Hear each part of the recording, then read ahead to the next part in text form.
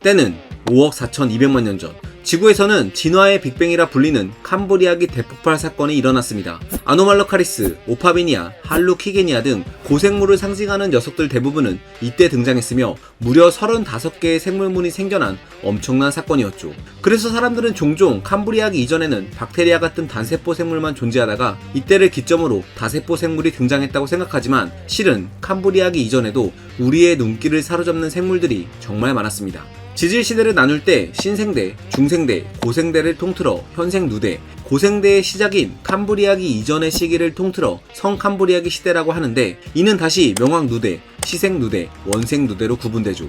아마도 이 시기쯤엔 모든 생물의 공통 조상인 루카가 등장했을 테고 이 시기인 24억 년 전쯤에는 시아노박테리아 같은 광합성 세균을 비롯한 고세균들이 등장했을 겁니다. 그리고 21억 년 전쯤에는 최초의 진핵생물로 추정되는 스프링이나 코일 모양의 그리파니아와 아프리카 가봉의 프랑스빌 분지에서 발견된 가보니온타 등이 지구에 등장했죠. 또 믿기지 않으시겠지만 최초의 곰팡이는 15억 년 전쯤에 등장한 것으로 알려져 있는데 지난 2017년 네이처 생태 및 진화에 발표된 논문에서는 24억 년 전 지층에서 균사체처럼 보이는 화석이 발견된 것으로 보아 이들의 등장 시기가 거의 광합성 세균과 비슷할지도 모른다는 새로운 가설이 제시되기도 했습니다. 아무튼 그건 그렇다 치고 시간이 더 흐르면 10억 년 전에는 해조류가 등장했는데 그 중에 방기오모르파 푸벤스켄스처럼 포자를 형성해 유성 생식을 하는 녀석도 있었습니다. 또 약 8억 년 전에 해면 동물이 등장해 바다 생태계를 다채롭게 만들어갔죠. 한 가지 더 신기한 건 중국 남부의 약 6억 9천만 년 전 지층에서는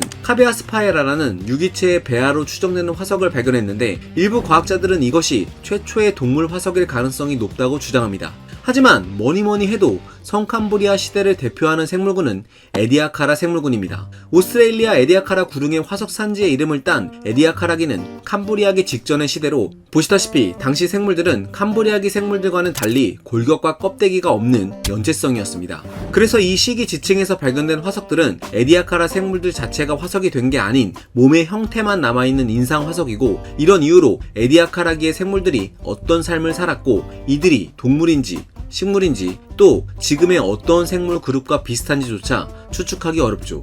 심지어 에디아카라기의 생물들을 남주류와 균류가 공생하는 유기체인 지유류일 가능성을 제기한 과학자들도 있었습니다.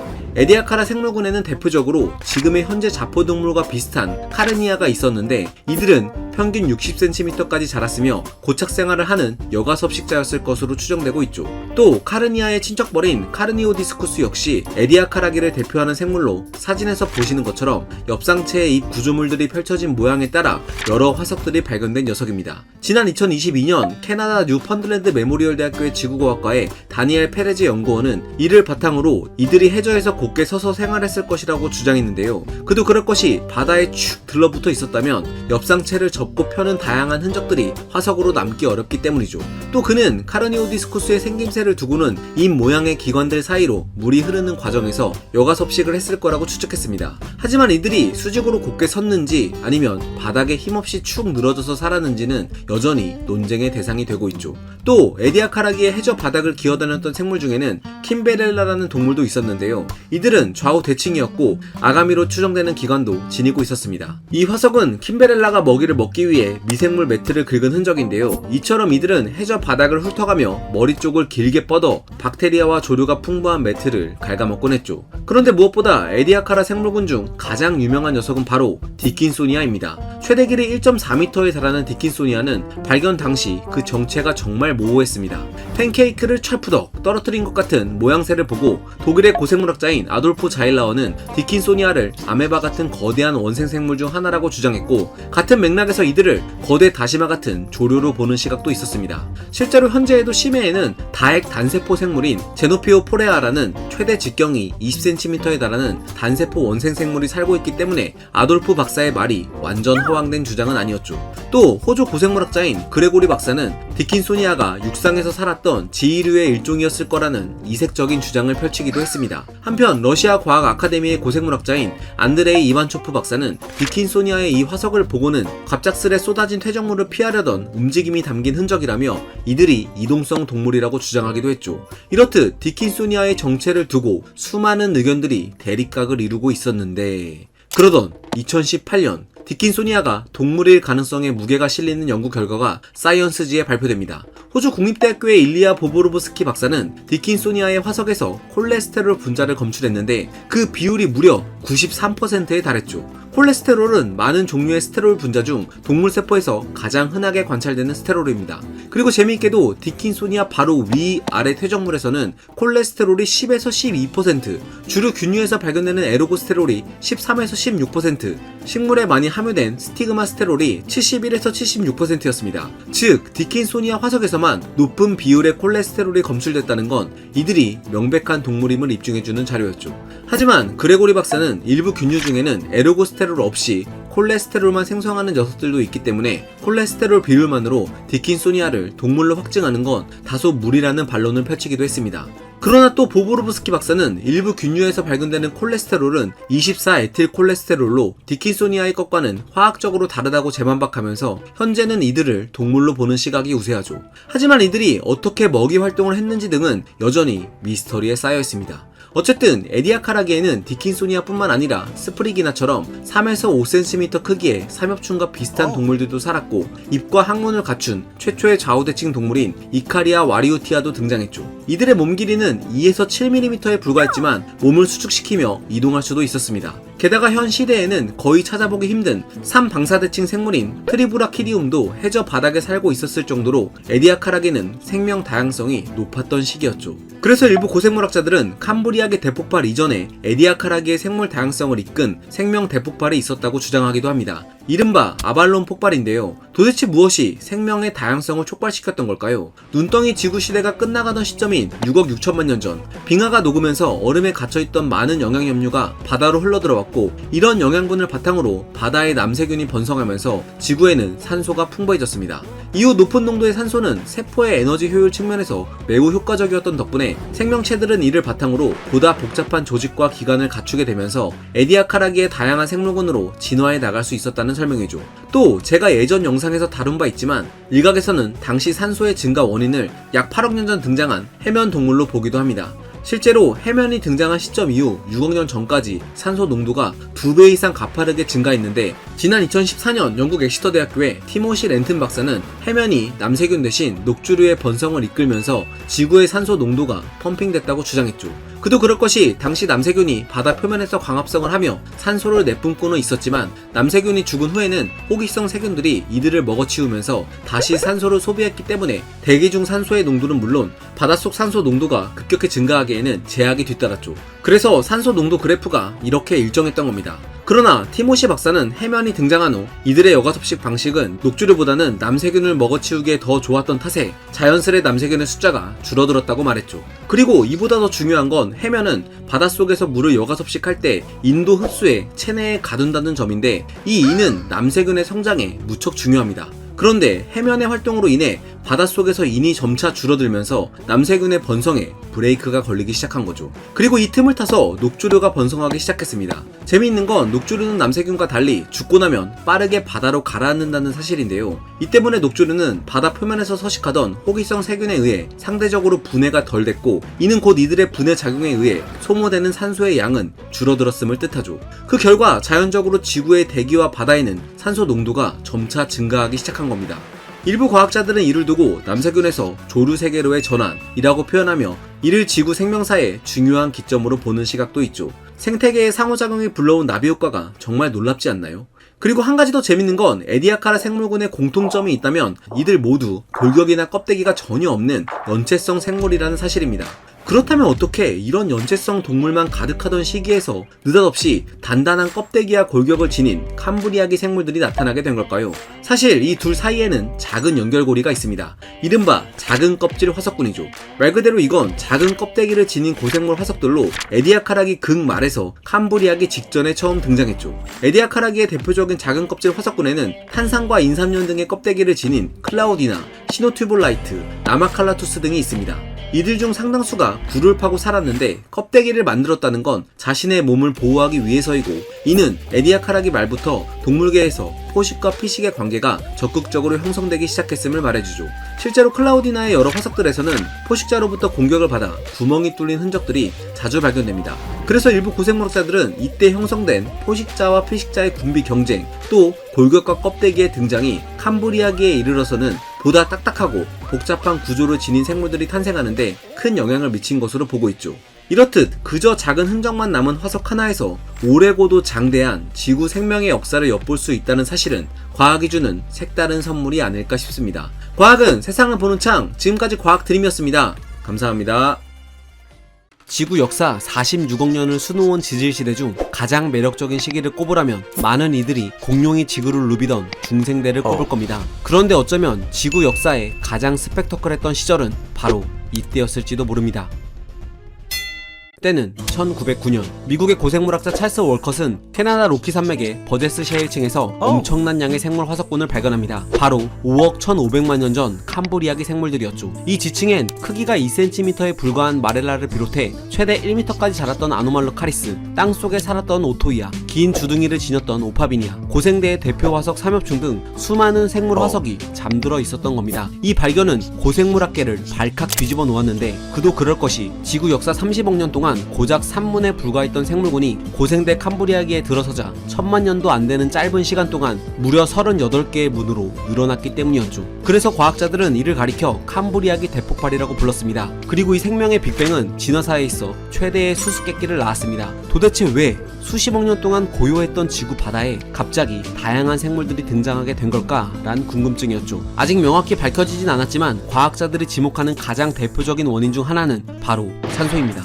크고 복잡한 생물이 등장하려면 에너지 측면에서 효율이 좋은 산소의 농도가 일정 수준 이상 뒷받침되어야 하는데, 캄브리아기 초기 지표에 노출된 암석이 풍화 침식되면서 많은 양의 인이 바다로 흘러 들어왔고, 이를 영양분으로 삼는 식물성 플랑크톤의 양이 급증했죠. 그 결과 광합성 양이 늘어났고 지구 바다에는 충분한 산소가 공급되기 시작한 겁니다. 바로 이 산소가 캄브리아기 대폭발에 불을 붙였다는 거죠. 동시에 각종 화산 활동과 암석의 침식으로 바다에는 다량의 칼슘도 유입됐는데, 덕분에 캄브리아기 생물들 중 일부는 탄산칼슘이나 인산칼슘으로 구성된 외골격이나 껍데기를 지니는 방향으로 진화해 나가며 다양해졌습니다. 그리고 여기에 과감한 가설 하나가 추가되는데, 영국의 생물학자 앤드류 파커의 빛 스위치 이론이었죠. 그는 캄브리아기에 빛을 효과적으로 받아들여 진짜 사물을 구분할 수 있는 진정한 눈이 등장했는데, 이 눈이 생태계의 경쟁 시스템을 촉발시키며 폭발적인 진화를 불러왔다고 주장했습니다. 실제로 캄브리아기의 생물 화석군에서는 삼엽충, 아노말로카리스, 오파비니아 등 지금의 곤충처럼 복잡한 구조의 눈을 지닌 생물들이 발견되는데,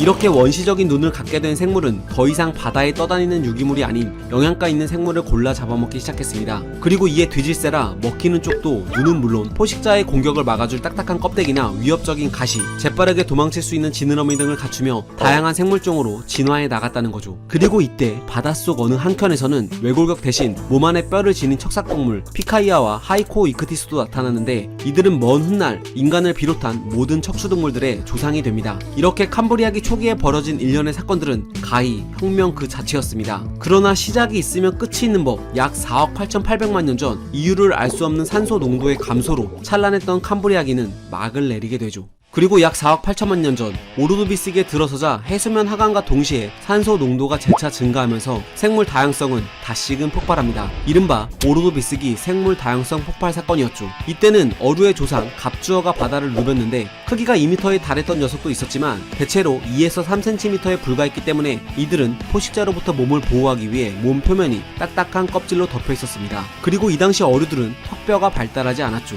또 이 시기 바다에는 오르도비스기의 크라켄을 방불케 하는 몸 길이 6m의 거대한 두 종류 카메라세라스도 등장했습니다. 오징어의 조상뻘되는 이들은 현재의 두 종류와 달리 껍데기를 지니고 있었으며 삼엽충이나 연체동물 등을 잡아먹고 살았죠. 그런데 사실 오르도비스기에 있어 가장 혁신적인 변화는 바다가 아닌 육지에서 일어나고 있었습니다. 4억 6,200만 년 전 원시 식물들이 최초로 육지에 자리를 잡기 시작한 사건이었죠. 지금의 이끼류와 비슷한 이들은 일종의 덮개로 둘러싸인 포자를 지닌 덕분에 육지의 건조한 환경에서도 성공적으로 번식을 이어나갈 수 있었고 광합성을 통해 지구를 점차 산소로 채워나갔습니다. 또 식물의 뒤질세라 오르도비스기 후기에는 동물이 처음으로 육지에 발을 디딥니다. 호주의 고생물학자 그레고리 박사는 땅속에 굴을 판 흔적 화석을 토대로 당시 절지동물이 처음으로 육상에 진출해 굴을 파고 살았을 거라고 추측했죠. 그러나 4억 4천만 년 전 육상에 진출한 식물이 멸종의 신호탄을 쏘아올립니다. 식물이 풍화시킨 암석에서 인과 같은 무기염료들이 바다로 흘러들어와 바다의 부영향화를 불러왔고 이는 용존 산소량 감소로 이어져 해양 생물들은 큰 타격을 입게 됩니다. 또 물에서 산소가 사라지자 탄소는 결합할 친구를 잃고 바닷속 지층에 그대로 묻히면서 대기 중 이산화탄소의 농도는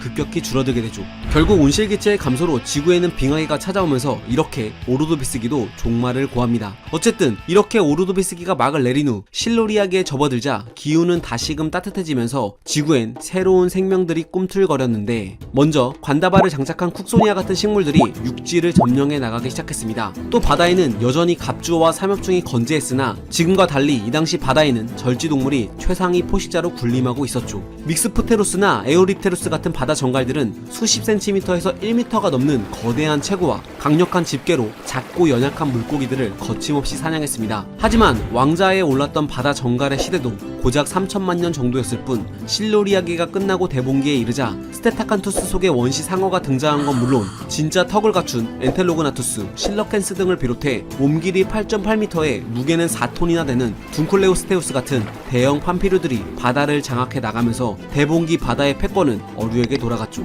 그렇다면 육지는 어땠을까요? 대봉기 육지는 새로운 생명들로 넘실댔습니다. 키가 20cm가량 되는 호르네오피톤 같은 작은 양치식물부터 20m 이상 자라는 거시식물 아르카에옵테리스, 또 높이 8m의 초대형 곰팡이 프로토텍사이트까지 다양한 종류의 식물과 균류들이 숲을 이루기 시작했죠. 그리고 이런 숲에서 작은 곤충들은 터전을 일궈 나갔는데 대봉기 때는 최초의 날개 달린 곤충이 등장하는 등 급진적인 진화가 일어나기도 했죠. 그런데 이보다 더 위대한 사건은 바다도 육지도 아닌 해안가에서 일어나고 있었습니다. 에오스테노테론 같은 육기 어류들 중 일부는 판데리크티스, 틱타 알릭 등으로 분화를 거치며 3억 7천만 년 전인 대봉기 후기엔 최초의 네발 척추동물인 아칸토스테가와 이크티오스테가 등이 등장해 육상으로 진출하기 시작했던 거죠. 이는 생명 역사의 가장 위대한 도약 중 하나였습니다. 하지만 이런 도약이 일어났던 육지와는 달리 대봉기 말 해양엔 2천만 년에 걸쳐 산소량이 급격히 줄어드는 사건이 벌어지면서 수많은 해양 생물들이 멸종을 하게 됩니다.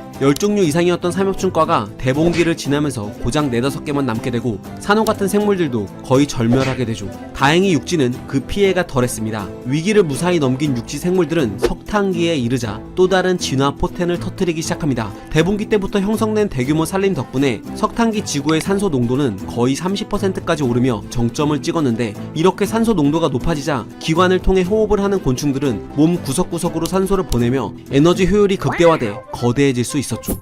75cm까지 자랐던 거대 잠자리 메가네우라나 몸 길이가 최대 2.5m나 됐던 절지동물 아르투로플레우라 등이 산소 농도 증가의 수혜자들이었습니다. 그리고 곤충의 거대화와 함께 다른 한켠에선 생명 역사에 있어 또 하나의 결정적인 사건이 펼쳐지고 있었죠. 바로 양막류의 등장이었습니다. 약 3억 4천만 년 전 육지로 진출한 고대 양서류 중 일부가 알이 건조해지는 것을 막기 위해 양막이라는 껍질로 둘러싸인 알을 낳기 시작한 겁니다. 즉 이때부터 척추 동물들은 물이 아닌 육지에서 번식이 가능해진 거죠. 또 이 시기에는 나눠져 있던 대륙들이 한데 모이면서 초대륙 판게아가 형성되고 있었는데 대륙이 거대해지자 대륙 안쪽은 바다로부터 습기를 공급받지 못해 더욱 건조해지며 사막화가 일어났고 그 결과 수많은 생물들이 죽고 땅에 묻혀 석탄화가 됐죠. 3억 500만 년 전에 발생한 이 사건을 석탄기 열대우림 붕괴라고 하는데요. 다행히 양막이란 번식 방법을 갖춘 양막류들은 양서류들과 달리 건조한 환경에서도 잘 살아남아 석탄기에 이어 페름기까지 질긴 명줄을 이어나갈 수 있었습니다. 이후 양막류들은 두 갈래 길을 걷는데 한쪽은 이국류인 파충류와 조류로, 다른 한쪽으로는 단국류로 분화되어 나오죠. 이 단국류에 속한 종이 페름기에 번성했던 디메트로돈이며 현재의 인류를 포함한 모든 포유류도 단국류로부터 갈라져 나오게 됩니다. 그러니까 석탄기 양막류의 등장이 왜 그토록 중요한 사건이었는지 조금은 이해가 가지 않나요? 이렇듯 페름기에도 스코토사우루스, 파레이아사우루스, 프로토사우루스 같은 파충류들을 비롯해 디메트로돈, 리스토로사우루스 같은 단국류들은 건재했습니다. 대규모 열대우림은 붕괴됐지만 이들은 섬처럼 곳곳에 남은 고립된 숲에서 독자적으로 진화를 거듭해 나가며 점차 다양해졌죠. 그러나 아시다시피 페름기의 평화는 그리 오래가지 못했습니다. 약 2억 2,500만 년 전 더 이상 설명이 필요 없는 페름기 대멸종이 이들을 덮쳤죠. 시베리아 지역에서 분출한 대규모 화산 폭발은 엄청난 양의 온실 개체를 분출했고, 이는 극심한 지구 온난화와 산소 부족을 불러왔습니다. 그 결과 해양 생물종의 95%, 육상 척추동물의 70%가 전멸했죠. 이 대멸종은 캄브리아기 때부터 페름기까지 살아남은 삼엽충마저 저세상으로 보냈습니다. 이처럼 고생되는 캄브리아기 생명 대폭발로 전례 없이 화려하게 막을 올렸지만, 그 끝은 지구 역사상 최악의 대멸종으로 막을 내린 꽤나 사연 많은 지질시대였죠. 그리고 그 수많은 사연들은 현생 생물 그룹의 대부분이 탄생한 사건을 비롯해 턱을 지닌 어류와 거대 곤충의 등장, 또 식물과 척추동물이 육지에 최초로 발을 디딘 역사적 순간까지 흥미롭고도 경이로운 이야기들로 가득합니다. 이쯤에서 다시 한번 묻고 싶습니다. 여러분에게 가장 인상 깊은 지질시대는 언제인가요? 과학은 세상을 보는 창, 지금까지 과학 드림이었습니다. 감사합니다. 때는 2억 5천만 년 전, 역사상 유례없는 페름기 대멸종으로 지구는 파국을 맞이하고 찬란했던 고생대는 막을 내립니다. 그리고 언제 그랬냐는 듯 지구에는 새로운 생명들이 꿈틀거리기 시작했죠. 파충류 시대의 서막이 열린 겁니다. 중생대의 첫 무대인 트라이아스기, 바다에는 몇몇 연골 어류들이 근근히 삶을 이어나가고 있었고, 해안가 어딘가에서는 몸 길이가 40cm에 불과한 카르토링쿠스 같은 초기 해양 파충류들이 등장해 텅 빈 생태적 틈새를 채워나가기 시작했죠. 육지와 바다를 오가며 살았던 이들 중 일부는 이후 완전히 바다 생활에 적응한 믹소사우루스나 쇼니사우루스 같은 어룡으로 진화해 중생대 초기 바다에 패권을 차지해 나갔습니다. 그리고 육지에서는 페름기 대멸종을 견뎌낸 원시 양서류들과 리스토로사우루스 같은 단국류들을 비롯해 5m를 훌쩍 넘는 악어를 닮은 파충류가 주요 동물군으로 자리매김하고 있었죠. 그리고 생태계 어느 한 구석에서 쭈구리 신세를 면치 못한 녀석이 있었으니 바로 공룡이었습니다. 니아사사우루스, 에오랍트루, 헤레라사우루스 같은 초기 공룡들은 약 2억 4천만 년 전쯤에 등장했지만 당시 동물종의 고작 6%에 불과했던 별 볼 일 없는 지배 파충류였죠. 그러나 약 2억 3,200만 년 전, 전세를 역전시키는 사건이 벌어집니다. 현 알래스카 부근에서 거대한 용암이 분출하면서 다량의 온실가스가 배출됐고, 지구는 급격한 기후변화를 맞이하게 되죠. 일명 카르니안절 우기 사건으로 불리는 이 사건은 무려 200만 년 동안 지구 곳곳에 비를 뿌리며 대홍수를 일으키는가 하면 때때로 극심한 가뭄을 불러오는 등 지구에 재앙을 안겨다줬죠. 이때 많은 동물이 멸종했지만 여타 지배 파충류와 달리 아래로 곧게 뻗은 다리와 기낭을 지닌 공룡은 효율적인 호흡과 보다 빠른 기동력으로 건조하고 산소 농도가 낮아진 생태계에서 우위를 점하며 적응 방산할 수 있었습니다. 실제로 지난 2018년 카르니안절 우기 사건을 연구해 네이처 커뮤니케이션즈에 발표한 마시모 베르나디 박사는 트라이아스기 중후기에 벌어진 이 멸종이 공룡의 번성에 가장 큰 역할을 했다고 밝혔죠. 그도 그럴 것이 트라이아스기 초기 동물종의 6%만을 차지했던 공룡은 트라이아스기 후기로 넘어오면서 그 비율이 무려 90%로 늘어납니다. 이렇게 행운의 기회를 잡게 된 이 당시의 공룡은 대부분 용반목이었는데, 이들은 골반뼈가 이렇게 생긴 녀석들을 말하죠. 처음엔 코엘로피시스 같은 육식성 수각류들이 대세였지만 이들 중 몇몇 공룡들은 초식을 했고, 그중 일부는 용각류로 진화의 가지를 뻗어나가며 공룡은 점차 다양해지기 시작했습니다. 그런데 이런 급격한 적응 방사는 비단 육지에만 국한되진 않았죠. 지배 파충류 중 일부는 팔 주변의 피부막을 확장시켜가며 에오디모로포돈, 카비라무스, 프레온닥틸루스, 페테이노사우루스 같은 익룡으로 진화합니다. 척추동물이 최초로 하늘을 나는 순간이었죠. 물론 진화 초기에는 샤로빕테리스처럼 팔이 아닌 다리에 비막을 지닌 녀석들도 있었습니다. 여기서 한 가지 짚고 넘어가야 하는 건 익룡은 공룡이 아니라는 겁니다. 이들을 구분짓는 가장 쉬운 방법은 바로 골반뼈죠. 앞서 공룡의 골반뼈는 이렇게 생겼다고 했죠. 구멍이 있고 이 구멍에 허벅지뼈가 쏙 끼워져야 공룡인데, 익룡은 골반뼈에 구멍이 아닌 여기 움푹 들어간 곳에 허벅지뼈가 위치하기 때문에 공룡이 아닌 거죠. 공룡의 이 골반뼈 모양은 영상 말미 진짜 중요한 대목에서 또 나오니까 꼭 기억해 두시면 좋을 것 같습니다. 다시 본론으로 돌아와서 초기 익룡은 여러분이 흔하게 본 익룡과 달리 크기가 매우 작았습니다. 날개를 펼쳤을 때 길이는 1m 남짓했고 몸 길이도 수십 센티미터에 불과해 지금의 새와 비슷했죠. 한편 바닷속에서는 어룡 외에 또 다른 진화의 물결이 일어나고 있었습니다. 약 2억 3천만 년 전쯤 해양 파충류 중 일부가 플래시오사우루스처럼 목이 긴 수장용으로 진화의 가지를 뻗어나가기 시작한 거죠. 물론 훗날에는 목이 짧은 녀석들도 등장합니다. 이렇듯 트라이아스기의 하늘과 땅, 그리고 바다에는 각양각색의 파충류들이 서서히 자리를 잡기 시작했죠. 그러던 약 2억 100만 년 전, 초대륙 판게아가 분리되면서 대규모 화산 활동이 일어나고 지구 곳곳에서는 다량의 온실가스가 분출됐습니다. 그리고 이는 곧 트라이아스기 대멸종으로 이어졌죠. 그 결과 대형 양서류나 당국류, 일부 파충류 등 고생대 잔재가 말끔히 사라졌고 덕분에 이때 살아남은 공룡들과 다른 파충류들은 생태적 틈새를 한 번 더 빠르게 채워나갈 수 있게 됩니다. 특히 공룡 중에서는 용반목 외에 조반목 공룡이 더욱 다양해졌는데 앞서 용반목은 골반뼈가 이렇게 생겼다고 한 거 기억나시죠? 그런데 조반목 공룡은 골반뼈 중 치골이 이렇게 뒤쪽을 향해 있습니다. 이는 상대적으로 소화기관이 자리할 수 있는 공간이 넓어지는 효과를 가져다주죠. 덕분에 초식성인 조반목 공룡들은 큰 소화관을 갖게 돼 먹이 경쟁의 이점을 얻게 됐고 이후 쥐라기 후기와 백악기에 걸쳐 큰 번영을 누립니다. 특히 쥐라기 후기로 갈수록 산소 농도가 높아지고 초식 공룡들은 질긴 식물들을 소화시키기 위해 장이 커지면서 덩달아 몸집도 거대해졌죠. 그래서 쥐라기 후기에는 그 이름도 유명한 브라키오사우루스, 기라파티탄 같은 거대 용광류들과 스테고사우루스처럼 큰 검룡류들이 등장해 대륙을 활보합니다. 결국 자연스레 이들의 천적인 수강류 공룡 중 일부는 몸집이 커지는 선택압을 받게 됐고 알로사우루스처럼 큰 육식 공룡도 등장하죠. 하지만 당시 수강류에게서 나타난 가장 큰 변화는 따로 있었습니다. 바로 깃털이죠. 쥐라기 후기인 1억 5천만 년 전쯤엔 앙키오르니스와 카이용 주지처럼 깃털을 지닌 수강류들이 등장했고 이들은 먼 훗날 상상도 못할 녀석들로 진화하는데 그 이야기는 나중에 하겠습니다. 자, 그럼 쥐라기의 우리 인류 조상님들은 뭐하고 있었느냐? 뭐하긴요. 공룡들 틈바구니에서 조용히 숨어 살았죠.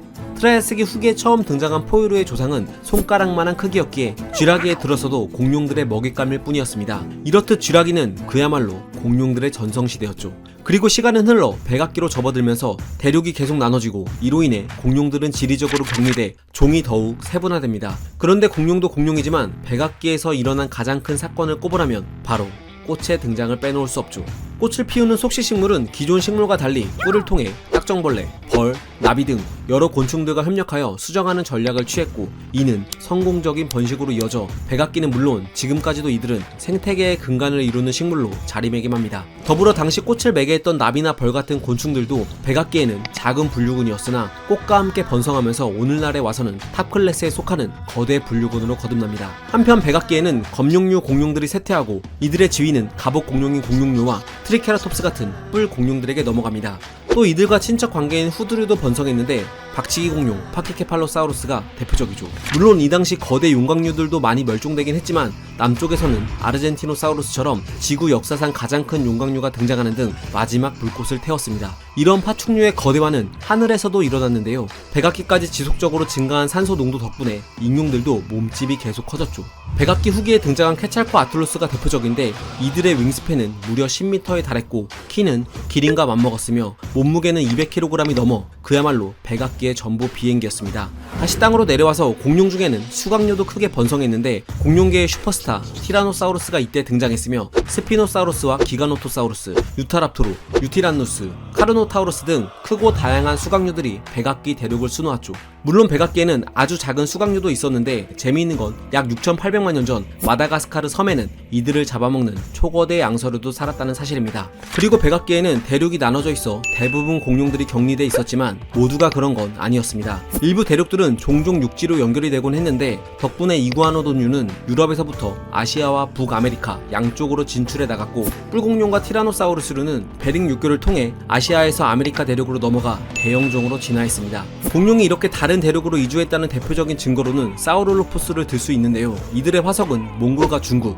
그리고 멀리 떨어진 캐나다와 미 서부에서 동시에 발견되죠.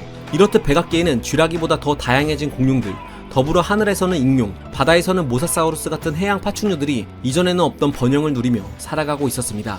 딱 6,500만 년 전까지만 말이죠. 운명의 장난이었을까요? 6,500만 년 전 느닷없이 지구로 날아든 소행성은 하늘, 땅, 바다 가릴 것 없이 수많은 파충류들을 지구에서 지워버렸습니다. 공룡 역시 예외는 아니어서 대부분의 공룡들이 역사의 뒤안길로 사라졌죠. 자, 바로 여기 이 대부분이란 단어가 중요합니다. 모든 공룡이 멸종하진 않았다는 거죠. 수강류 중 일부였던 새라는 공룡이 살아남았기 때문입니다. 아까 제가 말했던 골반뼈 기억하시나요? 골반뼈에 구멍이 있고 이 구멍에 허벅지뼈가 쏙 들어가면 모두 공룡으로 분류할 수 있다고 했죠. 악어와 익룡 그리고 수장룡이 공룡이 아닌 건 골반뼈가 다르기 때문이라고 했는데 놀랍게도 새의 골반뼈는 공룡과 그 형태가 똑같습니다. 그러니까 한마디로 새는 곧 공룡이며 지금의 닭도 오리도 비둘기도 모두 공룡이라는 거죠. 이는 현재 공룡학계의 정설입니다. 그래서 분류를 해보면 파충류 안에 공룡이 있고 새는 공룡 안에 포함이 됩니다. 그런데 이러면 파충류의 조류가 속하게 되는 어처구니 없는 일이 벌어지죠. 그래서 최근에는 조류와 파충류를 따로 구분하지 않고 공룡까지 한데 묶어 석형류라고 부릅니다. 그러니까 다시 해석하면 새라는 수각류 공룡은 백악기 대멸종에도 굴하지 않고 신생대에도 나름 잘 번성했다는 거죠. 땅에서는 공포새 같은 거대한 새가 등장해 최상위 포식자의 지위를 누렸으며 익룡이 사라진 하늘 역시 맹금류들이 독차지했는데 이 과정에서 과거 케찰코아틀로스의 버금가는 아르겐타비스라는 거대한 새가 등장하기도 했죠. 이처럼 오늘날 새라는 공룡은 남극은 물론 지구 전역에서 여전히 번성하고 있습니다. 현재 포유류가 5,500여 종, 조류가 1만여 종이란 사실을 떠올리면 신생대를 과연 포유류의 시대라고 말할 수 있는가는 다시 생각해볼 문제죠.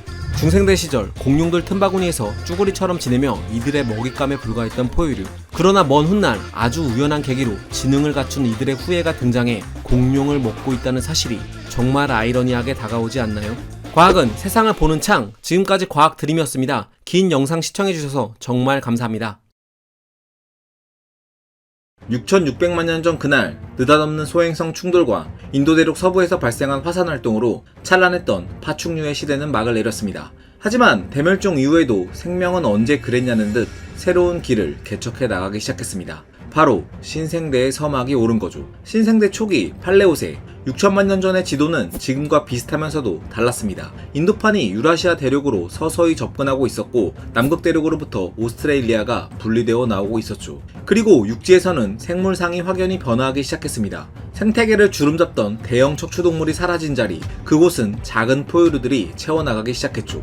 지구에 새로운 주인이 등장한 겁니다. 실제로 중생대 백악기 후기의 포유류는 고작 18속에 불과했지만 중생대가 막을 내린 직후인 신생대 팔레오세에 이르면 무려 100속에 이를 정도로 포유류는 엄청나게 번성하기 시작했죠. 설치류나 다구치류와 같은 종류도 많았지만 아르쿠토키온처럼 이빨을 갖춘 녀석들도 생태적 틈새를 채워나갔습니다. 특히 늑대를 닮은 메소닉스와 같은 육식성 포유류도 등장했는데요. 재밌게도 이들에겐 발굽이 달려 있었습니다. 그래서 발견 초기에 이들은 고래의 직계 조상이라고도 여겨졌으나 현재는 메소닉스과로 별도로 분리되며 개통도에서 보시는 것처럼 메소닉스는 고래와는 멀리 떨어져 있는 것으로 확인됐죠. 물론 포유류만 번성했던 건 아니었습니다. 팔레오세에 이르면서 지구의 평균 기온이 빠르게 올랐는데요. 이로 인해 지금의 콜롬비아 지역에서는 그 이름도 유명한 거대 뱀인 티타노보아, 몸 길이가 6m에 달했던 악어를 닮은 해양 파충류 아케론티스쿠스, 등껍질이 1.5m나 됐던 푸엔테미스와 이보다 더 큰 몸집을 자랑한 카르보네미스 등 대형 파충류가 번성하기도 했습니다.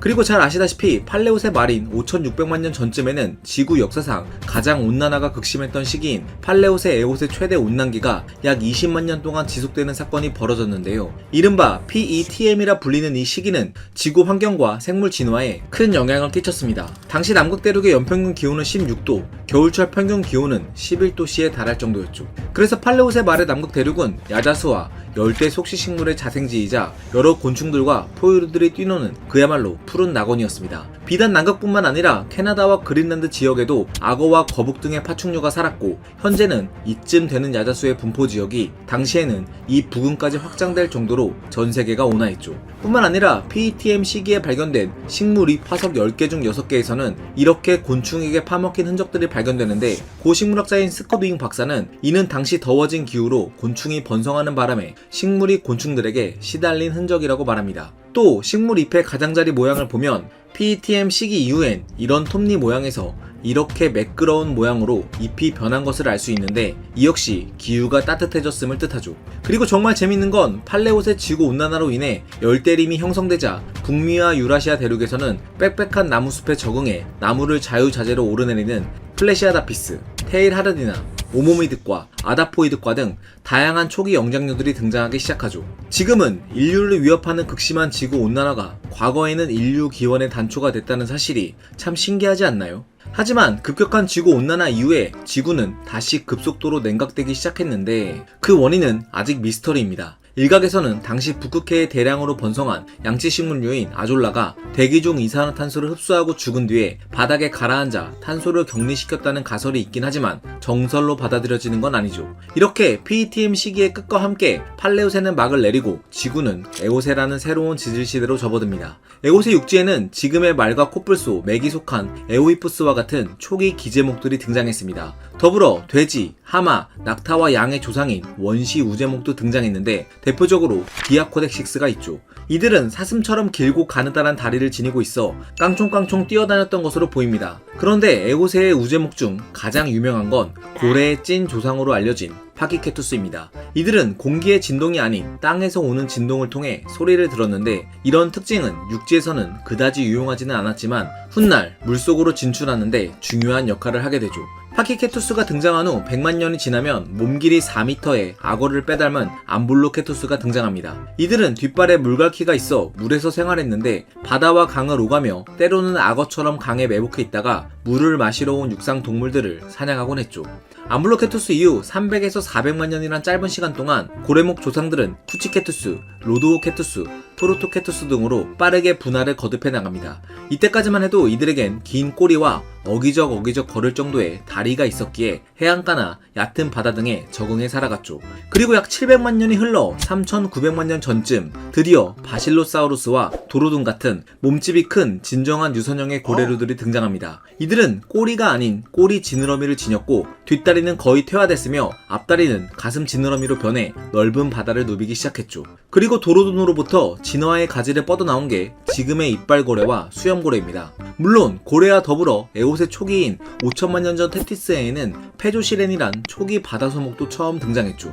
이들은 네 발이 달린 채 육지를 거닐었지만 고래가 그랬듯 프로라스토무스처럼 바다에 적응한 종으로 분화해 나가면서 훗날 매너티와 듀공으로 진화하게 됩니다. 하지만 사실상 에오세 바다에서 해양 포유류들은 조연에 불과했고 진짜 주연은 현생 어류들이었습니다. 아기목 3과, 대구목 5과, 농어목 30과, 쏨뱅이목 7과 등 현생 어류의 수많은 과의 대부분이 이때 등장했기 때문이죠. 한편 육지에서는 바다소목과 가까운 장비목의 초기 조상인 포스파테리움과 다우오이테리움이 등장했고 훗날 이들은 수천만 년 동안 천천히 지금의 코끼리로 진화의 가지를 뻗어나가게 됩니다. 뿐만 아니라 에오세 중기에는 지구상 가장 거대한 육상 육식 포유류가 나타났는데 바로 안드레오사우루쿠스입니다.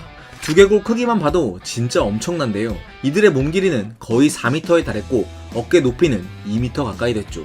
한 가지 특이한 점은 발톱 대신 발굽을 지닌 동물이었으며 현재에 와서는 고래나 하마와 가깝다는 사실을 토대로 복원도가 점차 수정되고 있는 상황입니다. 이처럼 에오세는 포유류 초기 구성원들이 이제 막 등장해 가지를 뻗어나가던 시기였는데요. 그러나 에오세 후기에서 올리고세 초기로 넘어가면서 보시는 것처럼 지구는 다시 급작스러운 빙하기를 맞이합니다. 3390만 년 전에 벌어졌던 이 사건을 에오세 올리고세 멸종 사건이라고도 부르는데 실제로 멸종 강도를 보면 페름기나 백악기 대멸종에는 못 미치지만 신생대 안에서는 꽤 큰 멸종 사건이었죠. 특히 바다에서는 이메페류의 피해가 컸는데 고동류의 약 95%, 조개류의 약 89%가 사라졌습니다. 반면 올리고세에 들어서면서 육상동물군에서는 새로운 변화가 일어나기도 했습니다. 추워진 기후로 식물이 억세지자 우제류 동물 중 일부는 식물을 여러 번 씹어서 소화시킬 수 있는 되새김 동물로 진화하게 되죠. 지난 2008년 와이오밍 대학교의 동물학자인 미첼 박사는 우제목 동물의 이런 되새김 적응이 기제목 동물보다 더 생존에 유리해 현재에 이르러서는 우제목이 기제목보다 더 번성하게 됐다고 주장하기도 했죠. 특히 올리고세 초기에는 아프리카 구대륙에 있던 영장류들 중 일부가 뗏목을 타고 신대륙으로 건너가 정착하는 데 성공하는 운 좋은 사건이 일어나기도 했습니다. 그리고 올리고세 후기에는 비버류도 등장했는데 그 중에는 댐을 짓는 녀석들이 아닌 땅에 굴을 파는 비버들도 있었죠. 특히 팔라에오 카스토로라는 녀석은 특이하게도 나선형 모양의 땅굴을 파고 살았는데요. 그래서 옛날 과학자들은 이 땅굴 화석을 보고는 악마의 코르크 따개라고 불렀고 언감생심 고대 비버의 소행일 거라고는 생각지도 못했으며 화석화된 식물의 일종이라고 여겼죠. 올리고세가 지나 마이오세인 2300만 년 전쯤에는 드디어 꼬리가 없는 영장류들이 등장합니다. 프로콘술이라 불리는 이들은 아프리카 동부에 살았던 것으로 추측되는데 사실 크게 연구된 바가 없어 주 서식지가 초원인지 아니면 우거진 숲인지 또 지금의 유인원들과 어떤 관계였는지 등은 아직 제대로 된 의견이 나오고 있지 못한 상황이죠. 마이오세 하늘에서는 지구에서 가장 큰 새인 펠라고르니스가 바다 위를 날아다녔습니다. 이들의 윙스팬은 최대 7.4m 가까이 됐을 것으로 여겨지는데 이는 지구에서 가장 큰 새로 흔히 알려진 아르겐타비스를 넘어서는 수치였죠. 크기도 크기지만 이 새의 가장 큰 특징은 바로 불이었습니다. 얼핏 보면 이빨이 난 건가 싶은데 사실 이는 이빨이 아닌 불이 일부가 변형된 조직으로 물고기 같은 사냥감을 낚아챘을 때 떨어뜨리지 않기 위한 기능을 했던 것으로 여겨지고 있죠. 또 육지에서는 공포새들이 번성하며 백악기 대멸종 때 살아남은 공룡들이 그 위세를 떨치고 있었습니다. 한편 포유류 중에서는 말과 곰을 섞어놓은 듯한 생김새의 칼리코테리움이 살았는데 이들은 긴 발톱을 이용해 나뭇가지를 끌어당겨 먹이를 먹곤 했죠. 또 이 발톱을 보호하기 위해 주먹을 쥐고 걸었던 것으로 알려져 있습니다. 그리고 마이오세 북미 우제류 중에는 돼지를 닮은 엔텔로돈과도 살았는데요. 이들 중 다이오도는 어깨 높이가 무려 1.8m에 달해 성인 남성과 비슷했으며 거대한 두개골에서 알 수 있듯 무느님 역시 엄청나서 뼈를 부술 수 있는 거대 청소 동물이자 잡식성 동물이었죠. 비슷한 시기 북미에서는 이처럼 가재를 닮은 녀석들이 살았는데 실은 얘네들은 낙타의 조상인 스테노밀루스입니다. 당시 낙타과의 동물들은 평균 키가 61cm에 불과했으며 등에서는 혹을 전혀 찾아볼 수가 없죠. 한 가지 재밌는 건 북미에서 등장한 이들은 훗날 지구 기온의 하강과 맞물려 해수면이 낮아지자 베링 해협을 통해 북미에서 유라시아 대륙으로 진출하게 되는데 이 과정에서 추위를 이겨내기 위해 등의 지방을 저장하는 혹 같은 형질들이 진화하게 됩니다. 또 눈길에 빠지지 않기 위해 널쩍한 발을, 눈보라로부터 눈을 보호하기 위해 긴 속눈썹을 갖추게 되죠. 그리고 이런 형질들은 아이러니하게도 이들이 훗날 유라시아에서 사막으로 진출하게 됐을 때 큰 도움이 됐으며 그 형질이 지금까지 남아있게 됐습니다. 즉, 지금 우리가 보는 낙타의 특징들은 사막 기후에 적응하기 위해서가 아닌 극지방 기후에 적응하기 위한 형질들이었던 겁니다. 참 아이러니하지 않나요? 아무튼 마이오세 후기에 이르면 지구의 기온은 더욱 낮아지고 초원지대가 더욱 넓게 형성되는데 이로 인해 초식동물들은 숨을 곳이 사라져 보다 다리가 길어졌으며 빨리 달릴 수 있게 됐죠. 그리고 이처럼 초원 환경으로 변하자 아프리카 지역에서는 초기 호미닌들이 나타났습니다. 700에서 600만 년 전에 살았던 사헬란트로포스 차덴시스, 오로린 투게넨시스 등이 있었고 약 570만 년 전에 등장한 아르피테쿠스 카다바는 직립보행을 했을 가능성이 높습니다. 공룡이 멸종하고 6천만 년이 지나서야 우리와 아주 조금 닮은 녀석들이 등장하기 시작한 셈이죠. 그리고 마이오세 끝자락 유럽에서는 다소 황당한 사건이 벌어집니다. 바로 지중해가 몽땅 증발해버린 사건이죠. 원인이 명확히 밝혀진 건 아니지만 과학자들은 600만 년 전 지브롤터 해협이 탁 막혔고 약 60만 년에 걸쳐 건조한 기후가 반복되면서 이 당시 지중해의 수위가 빠르게 낮아졌다는 데 동의하죠. 이 당시 수백 미터 높이의 바닷물이 증발해버렸다고 말합니다. 결국 바닥에는 소금이 계속 침전됐고 이것이 지금의 거대한 소금 퇴적층을 이루게 된 거죠. 그리고 실제로 이탈리아 남부의 시칠리아 섬에는 거대한 소금 광산이 자리를 잡고 있습니다. 암염돔이나 소금 광산은 바닷물의 대규모 증발로 형성되는데 이는 과거 어느 시점에 지중해가 싹 말라버린 사건이 있었음을 뜻하죠. 아마 마이오세 후기로 타임머신을 타고 간다면 지중해에서 우유니 소금 사막의 풍경을 만끽하실 수 있었을 겁니다. 아무튼 이렇게 다사다난했던 마이오세가 끝나고 플라이오세에 이르자 또 하나의 큰 지질학적 사건이 펼쳐졌는데요. 바로 북미와 남미 대륙이 파나마 지역으로 연결되는 사건이었죠. 이를 통해 북남미 대륙의 수많은 동물들의 교류가 이루어졌습니다. 이 교류 과정에서 한 가지 특이한 건 남미에서 북미로 이동해 정착에 성공한 생물들은 적었던 반면 북미에서 남미로의 이주에 성공한 동물들은 많았단 사실인데요. 그 이유는 현재까지도 명확히 밝혀지지 않았습니다. 다만 열대지방에 살다가 한랭 지역에 적응하는 게 더 힘들었다는 주장이 있는가 하면 북미 대륙에는 생태적 지위가 겹치는 종들이 많아 남미에서 건너온 녀석들이 자리 잡기 쉽지 않았다는 등의 주장이 있긴 한데 완벽히 설득력 있는 주장은 아니라서 이런 북남미 생물 교류의 비대칭성의 비밀은 아직 풀리고 있지 않은 상황이죠. 한편 아프리카 대륙에서는 오스트랄로피테쿠스 속이 등장하며 인류 진화에 본격적인 서막이 오르게 됩니다. 두 발 걷기를 시작한 인류는 이후 도구를 사용하고 불을 다루게 되며 음식을 익혀먹고 이 과정에서 뇌가 커지게 되면서 지구 생태계의 새로운 강자로 서서히 자리매김합니다. 플라이오세를 지나 홀로세에 이르면 빙하기와 간빙기가 반복적으로 나타나면서 우리에게 익숙한 동물들도 등장합니다. 털 매머드, 털 코뿔소, 메가테리움, 글리토돈, 다이어늑대, 스밀로돈, 메갈로케로스 등 지구 생태계는 이름만으로도 존재감 빛나는 생물들로 가득해지죠. 하지만 아시다시피 빙하시대 말기인 11,000년 전쯤부터 이런 거대 동물들이 지구에서 자취를 감춥니다. 기후변화 때문인지 인간의 사냥 때문인지 여전히 학계에서는 다양한 의견들이 오가고 있죠. 원인이 뭐가 됐든 간에 지금 우리들은 그저 화석을 통해서만 이들이 지구를 누볐던 모습을 어렴풋이 떠올릴 뿐이죠. 그리고 역사가 그래왔듯 지구는 신생대 이후 새로운 지질시대를 맞이할 날이 올 겁니다. 그때는 호모 사피엔스가 이미 사라졌을지도 모를 일이죠. 먼 훗날 새로운 지질시대를 맞이한 지적인 종들은 과거 홀로세를 살아온 호모 사피엔스를 어떤 시선으로 바라볼까요? 과학은 세상을 보는 창, 지금까지 과학 드림이었습니다. 감사합니다.